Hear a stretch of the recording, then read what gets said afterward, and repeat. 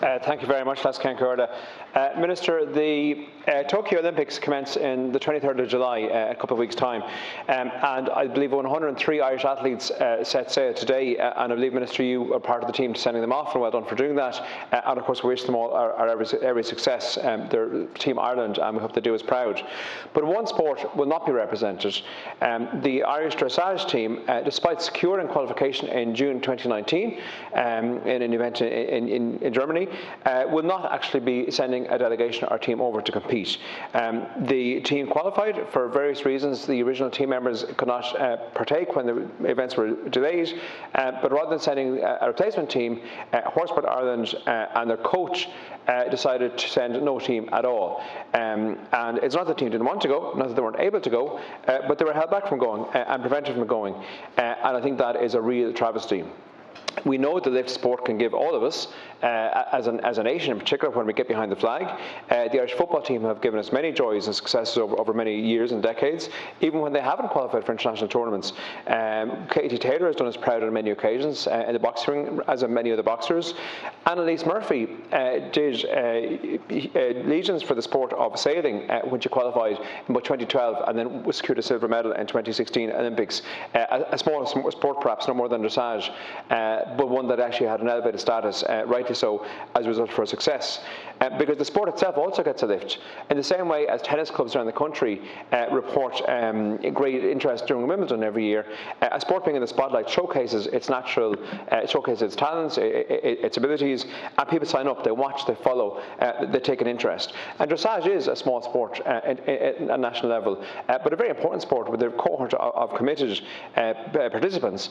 It's also a sport that's very inclusive.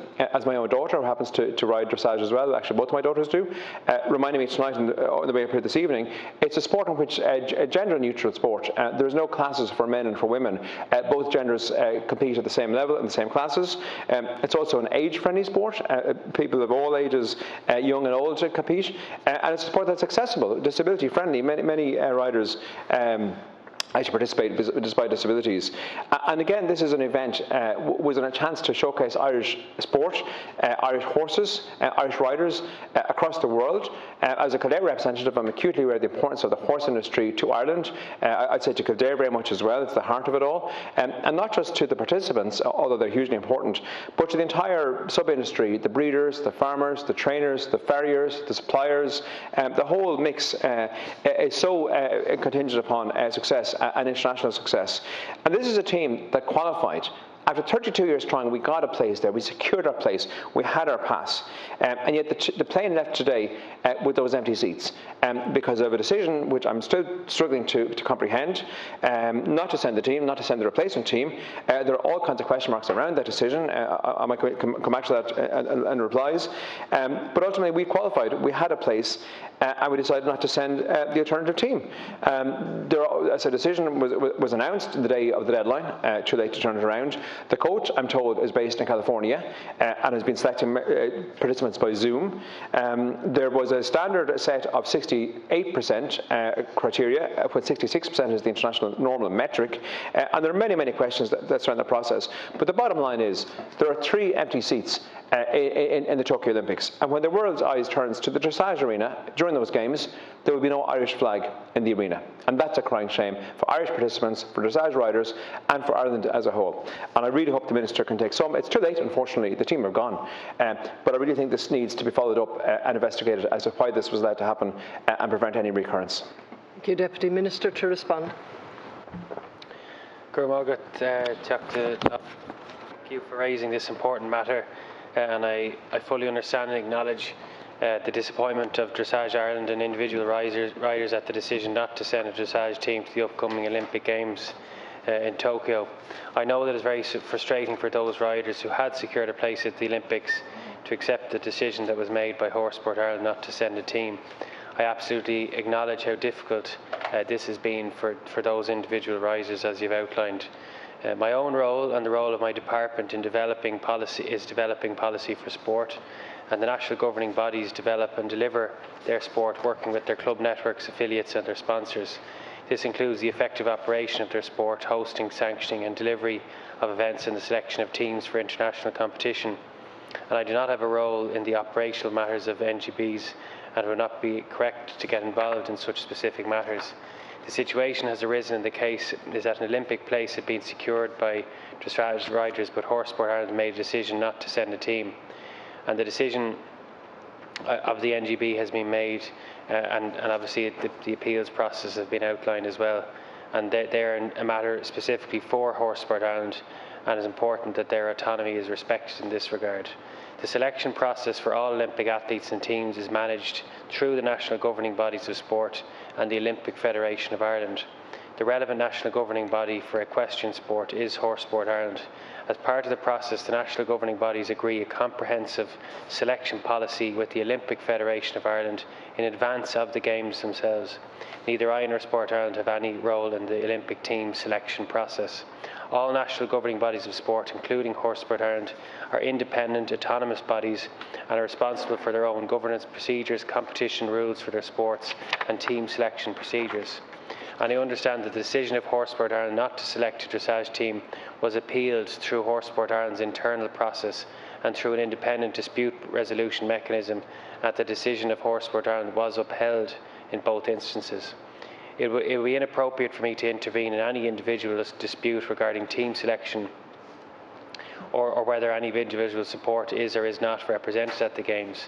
The Minister for Sport of the day coming in and specifically picking a team for a sporting event more broadly could be problematic for obvious reasons, nor would it be appropriate for the Minister of the day to intervene in controversial rule changes which may take place from time to time. Last week, the Olympic Federation of Ireland announced the equestrian team to represent Ireland in Tokyo. Ireland will in fact be represented by one individual dressage rider, Heike Holstein. Heike has previously represented Ireland at 3 Olympic Games as an individual, and I wish her and all the other members of the equestrian team every success at the Games, and I'm sure they will do their sport and indeed Ireland proud.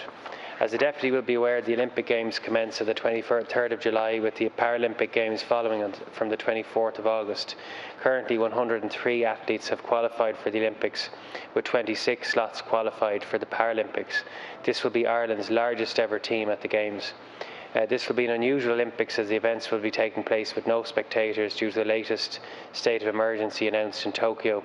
Many of our athletes have already arrived in Japan, and the vast majority of the Irish team, over 90% including support staff, will be vaccinated before travelling. This is an exciting time for all our athletes heading to Tokyo, and while these Olympics and Paralympic Games might be different to what we are used to, I know that every member of Team Ireland will give their absolute best, and I hope they will all enjoy the experience, and I have no doubt that they will do Ireland proud and will be excellent ambassadors for our country at the Games. I would like to take the opportunity as well to inform the House that the Sport Ireland High Performance Strategy was launched on the 24th of June. This strategy defines Ireland's high performance ambitions for the next decade, and it spans 3 Olympiads out to 2032. Thank you, Minister. You'll get a chance to come back in. Yeah. Deputy Lawless. Yes, thank you, Ken Corley, and thank you, Minister, and I listened with interest to your reply. This is a taxpayer-funded sport. Certainly the governing body is taxpayer-funded, and the selection process in the Olympic delegation would receive significant taxpayers' funding. The coach, who is resident in California, I'm told, is taxpayer-funded. I'm not sure how appropriate it is for someone who hasn't set foot in the country for 18 months to be selecting a team where the nominations closed a few weeks ago. I also appreciate the Minister can't pick the teams, but the Minister could perhaps have mandated that a team be sent, provided that team met certain criteria, which I'm told that they had. I wouldn't expect any government minister official to get involved in the who were within that, but not sending a team at all, I think is outrageous. I think it's a national scandal. The Minister is quite correct. Heike Holstein will be competing at an individual level, and I wish her every success. An accomplished rider. She would have been part of the team actually, had the team been able to. The rest of the team been able to be sent had there been a team entry, which there isn't. And I don't want to get into apportioning blame, but I do have to ask a number of questions that have been put to me about the appeals process. I've already highlighted that the coach is overseas. The decision appears to be made on the final day. When it was announced, it was almost too late to actually appeal. There were a couple of appeals. One of those appeals was given impartial information. One of the riders, James Connor, it wasn't apparently made known that he had already engaged with HSI and had actually secured Olympic accreditation prior to that, which he had, and that may have influenced the decision. There's a number of questions that I think that have to be asked. The other point that was made, I appreciate maybe hearsay, but I think it did come out in the appeal process. There was a phrase used, the backup team were described as opportunistic. I'm quite shocked that would be thrown out as some kind of apparently derogatory term. Anybody in sport, in life, in politics, in business should be opportunistic. It's called ambition. We had a by-election candidate, a fine new TD, Deputy Batchik, elected in here today because another member stood aside to create a vacancy. That's what you do to succeed. You step forward when the door opens, you take the chance. Our riders in this case tried to do that. We're prevented from doing that. Thank you. And I think it's outrageous to dismiss them for having the temerity to try to upset the country. Minister. And as I said in my initial remarks, Deputy Lawless, I accept and acknowledge that it is very frustrating for the riders who had secured a place and to accept the decision made by Horse Sport Ireland and how difficult that is. But as I've said, the role specific to national governing bodies is that they deliver and develop their sport, working with their club networks, affiliates and partners. And that involves obviously structures and rules and selection policy, and that includes the performance targets. And just to go back, obviously around the Olympics itself, the selection process is managed directly through the national governing bodies of sport with the Olympic Federation of Ireland, and that there's a comprehensive selection policy developed prior to the games themselves, and then each national governing body. They're independent, autonomous bodies responsible for their own governance procedures, competition rules for their sports, and team selection procedures. And as I've said, I understand that the decision of Horse Sport Ireland was obviously appealed through their own processes and then externally appealed through the independent dispute resolution mechanism. That's what underpins any decision made by the relevant national governing body. And as I've said, there might be you might have specific issues with as you've referenced with how that operated, and obviously it's a matter then for the riders themselves or with particular information to present that to Horse Sport Ireland, and obviously there's independent mechanisms which they've tried to avail of regarding their own specific appeal.